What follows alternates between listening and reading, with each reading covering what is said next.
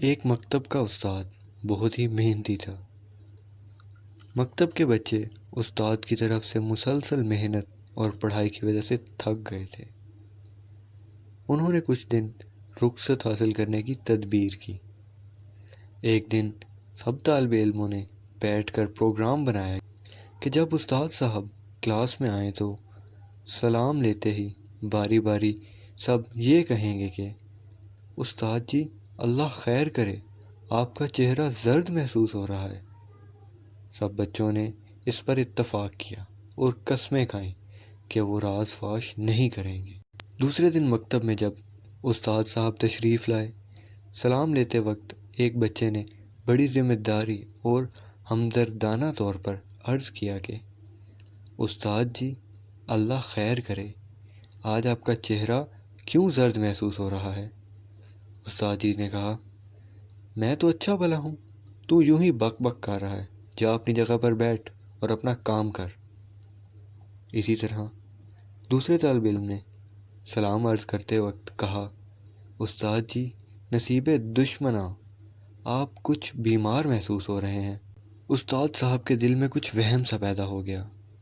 دوسرے ہی لمحے تیسرا طالب علم آیا، اس نے بھی جھک کر سلام کیا اور کہا، آپ کچھ بیمار لگ رہے ہیں، اللہ خیر کرے، ہمارے استاد جی کو اللہ بخیر و عافیت رکھے۔ الغرض ساری کلاس نے استاد کو بیمار بتایا۔ اس کا وہم بڑھتا بڑھتا یقین کے درجے تک جا پہنچا۔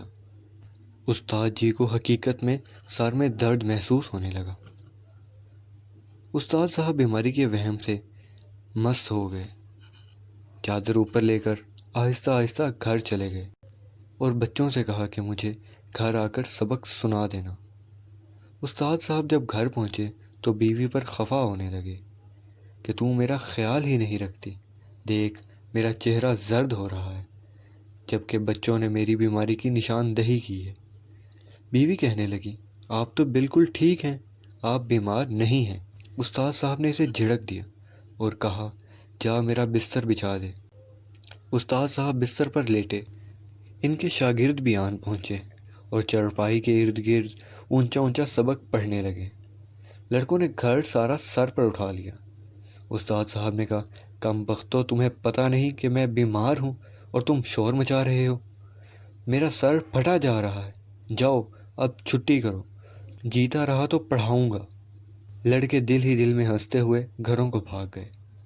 گھر والوں نے پوچھا کہ تم بے وقت کیوں آ گئے؟ انہوں نے کہا کہ ہمارے استاد بیمار ہو گیا ہے۔ دوسرے دن بچوں کے والدین استاد صاحب کی بیمار پرسی کرنے کے لیے ان کے گھر پہنچے تو کہنے لگے، صبح تو آپ چنگے بھلے تھے۔ استاد صاحب بولے، میری بیوی نے مجھے نہ بتایا کہ میں بیمار ہوں۔ لڑکوں کا بھلا ہو جنہوں نے مجھے وقت پر بتا دیا۔ بس اب آپ دعا کریں کہ اللہ تعالیٰ مجھے شفا عطا فرمائے۔ والدین لا حول پڑھتے اپنے اپنے گھروں کو چلے گئے اور کہنے لگے، ایسی بیماری کا کوئی علاج نہیں۔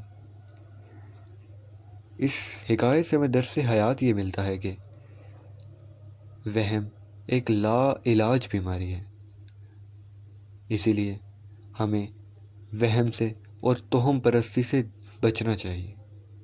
امید ہے آپ سب کو ویڈیو اچھی لگی ہوگی۔ اچھی لگی تو سبسکرائب، لائک اور شیئر لازمی کیجیے گا۔ جزاک اللہ خیر۔